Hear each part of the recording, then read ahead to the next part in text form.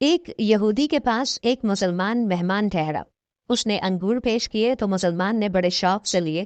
پھر تھوڑی دیر کے بعد وہ یہودی شراب لے کر آیا تو مسلمان نے کہا، استغفر اللہ، میں مسلمان ہوں، میں شراب نہیں پیتا۔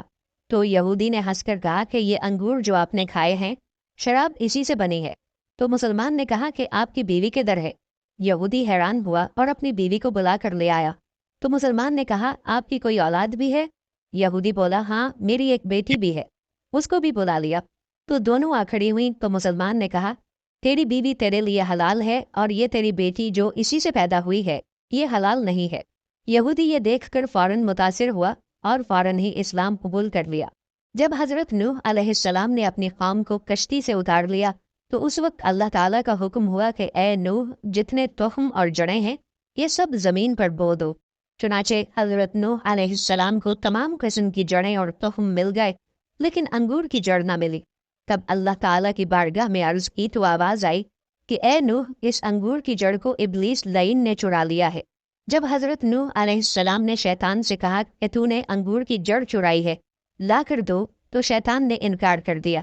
حضرت نوح علیہ السلام نے فرمایا کہ مجھے اللہ تعالیٰ نے خبر دی ہے کہ تو نے اس جڑ کو چرایا ہے۔ تب شیطان نے کچھ ہی دیر بعد انگور کی جڑ لا کر حضرت نوح علیہ السلام کے سامنے پیش کر دی اور ایک شرط رکھ دی کہ جب آپ جڑ بولیں گے تو اس کی جڑ کو ایک بار پانی دیں اور 3 بار میں پانی دوں گا۔ حضرت نوح علیہ السلام نے قبول کر لیا اور پھر انگور کو زمین میں بو دیا۔ چنانچہ حضرت نوح علیہ السلام نے 1 دفعہ پانی دیا اور شیطان نے 3 دفعہ۔ شیطان نے 3 دفعہ یعنی لومڑی، شیر اور سور کو مار کر ان تینوں جانوروں کا خون اس کی جڑ میں دیا۔ اس لیے جو شیرینی انگور میں ہے وہ حضرت نوح علیہ السلام کے پانی دینے کی وجہ سے ہے، اور اس میں جو شراب بنتی ہے وہ ابلیس کے پانی دینے کی وجہ سے ہے۔ اس لیے شرابیوں کا مزاج پہلے لومڑی کے مزاج جیسا ہوتا ہے، پھر شیر اور آخر میں سور جیسا ہوتا ہے، کیونکہ نشے کی حالت میں شرابی کسی کو دیکھتا، سمجھتا اور سنتا سناتا نہیں ہے۔ قصص الانبیاء۔ حضرت محمد صلی اللہ علیہ وسلم نے ایک موقع پر فرمایا، شراب تمام برائیوں کی جڑ ہے۔ نبی آخر الزماں حضرت محمد مصطفیٰ صلی اللہ تعالی علیہ وآلہ وسلم نے ایک اور جگہ ارشاد فرمایا کہ شراب پینے والا ایسا ہے جیسا کہ بتوں کو پوجنے والا۔